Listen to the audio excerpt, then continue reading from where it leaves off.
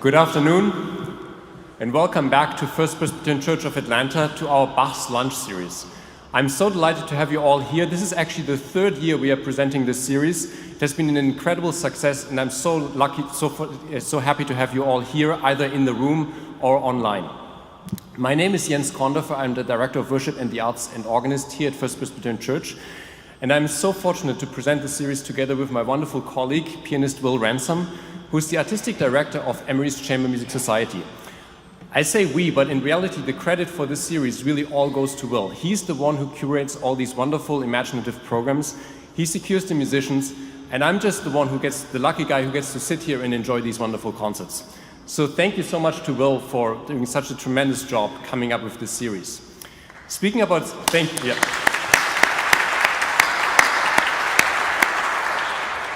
Speaking about series, in our concert series here at First Presbyterian, the next concert is in 2 weeks, Friday, October 6th.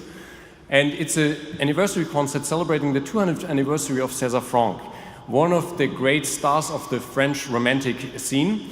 David and Julie Cushron are going to play his violin and piano sonata, and I myself am going to play his Trochoral, the 3 chorals for organ. It's going to be a fantastic concert celebrating this really wonderful composer. So if you have nothing else planned, 2 weeks from now, tickets are available on our website, concerts@first.org. One more just technical announcement. If you park across the street in the Lanier parking lot, the gate will be open after the concert until 1:30. There's no need to validate your ticket, so until 1:30 the gate will be open. And now please join me in welcoming Will Ransom, who's going to introduce today's performers and program. Thanks for being here.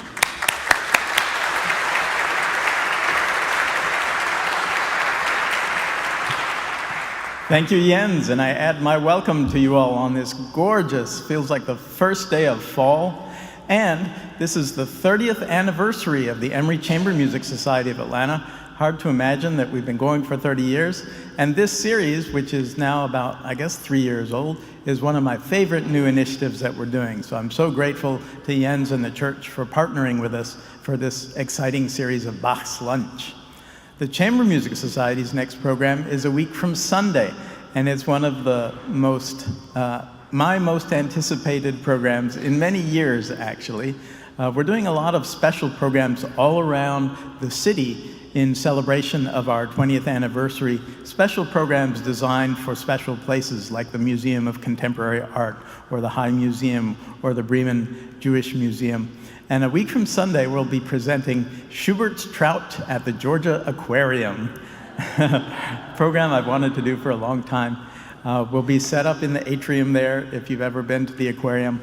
And we'll also have the original song by Schubert, The Trout, sung by Atlanta's favorite tenor, Timothy Miller, in advance of the piece.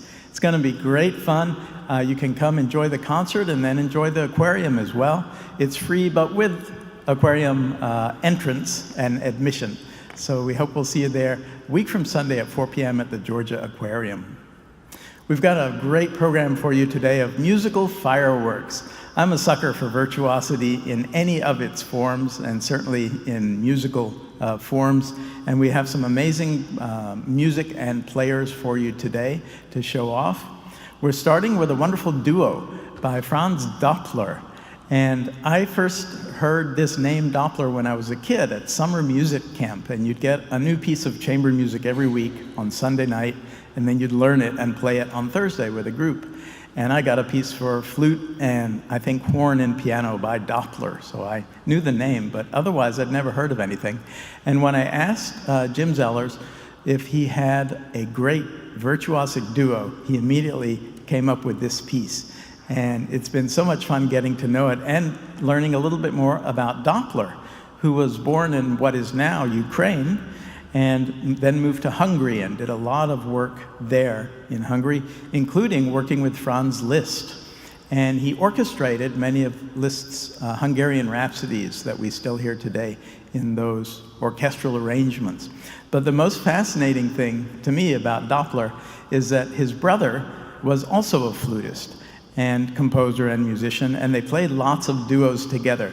And their big shtick, beside just being duo flutists, was that one played the flute normally like this, and the other somehow played it like this. So they would stand next to each other and have the two flutes coming out like this. We won't be doing that today, but it's a great image, and I'm thrilled to welcome James Zellers and Erica Pertl, two wonderful virtuoso flutists, to join me for this wonderful duo by Doppler.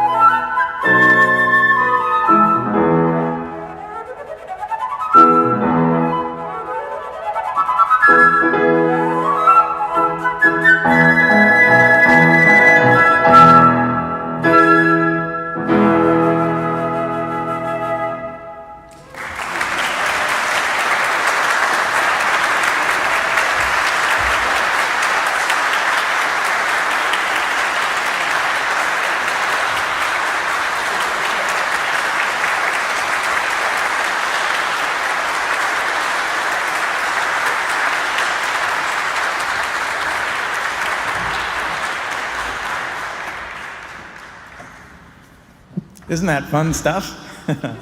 Rarely get to hear that these days, so I'm delighted to bring that to you for this program. Next, our next dynamic duo is of two violins. We've had the flutes, now we have the strings. And we're going to bring you some music of Pablo de Sarasate, who was one of the really handful of most famous, most brilliant violinists, virtuoso violinists of his day, late 1800s, early 1900s. And it's extraordinary when you see the list of compositions that was written for him that are now just some of our most beloved concertos. Some of the concertos by Max Bruch, a couple of the Saint-Saëns concerti, Dvorak, the Lalo Symphony Espagnole, Wieniawski concerto. It's really quite extraordinary. And this piece, as you see, is called Navarra, for two violins, and that refers to the area of Spain where he was born. He was born in Pamplona, and the whole area there is or was called Navarre at the time. And so this is Navarra. Incredible virtuosity required of both violinists, both by themselves, and, like the flutes, to play with such precision together as well is so difficult. We give Jessica Wu a chance to step out from the Vega Quartet and shine in this, and we welcome Helen Kim as well.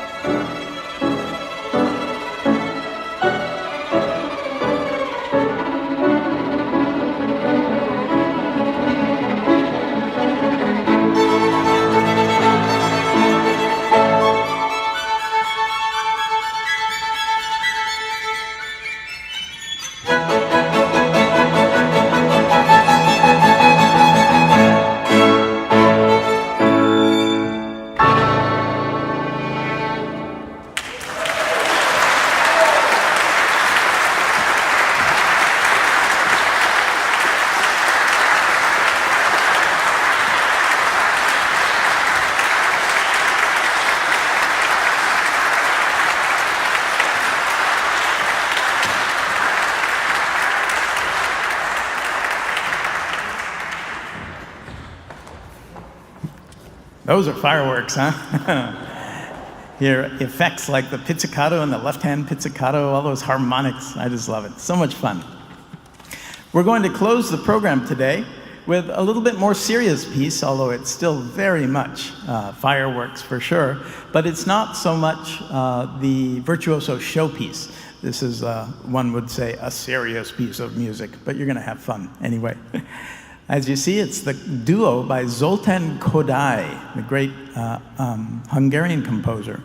And in addition to his great talent with music, he also earned advanced degrees in modern languages and even a PhD in philosophy and in linguistics. Very, very high-powered stuff.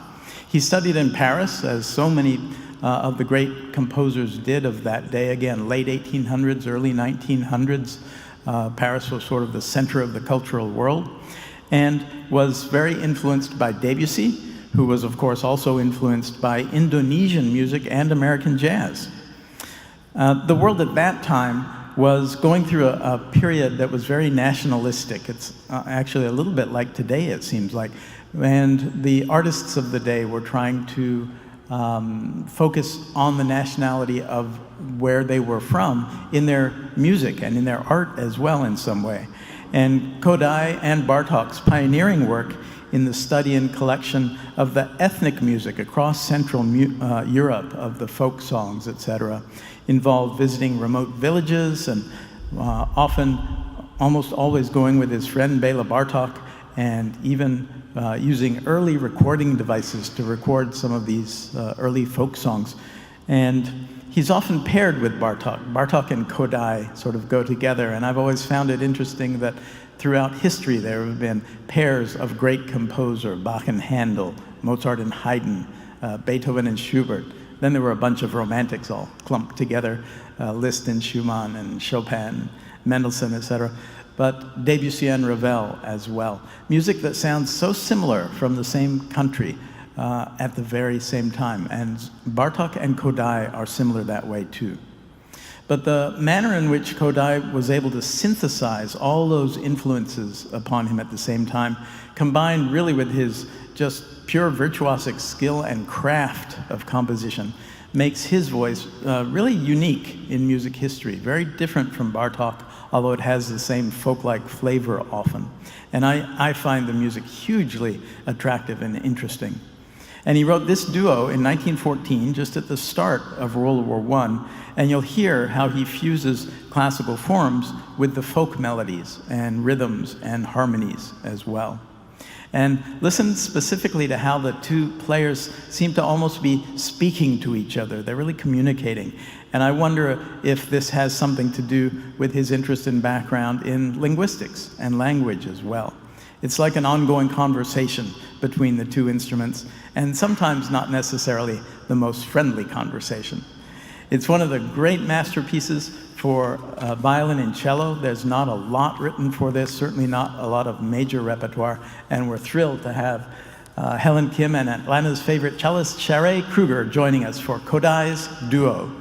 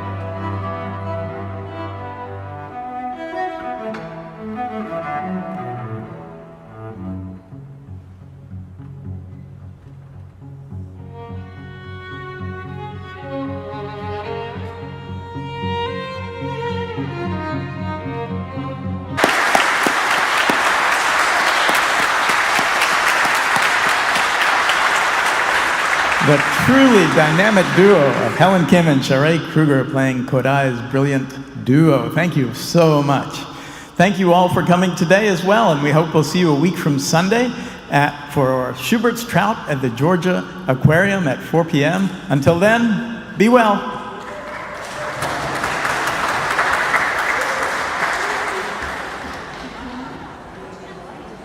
Yeah. Well, it's nice to be right here. You have to see what you're doing.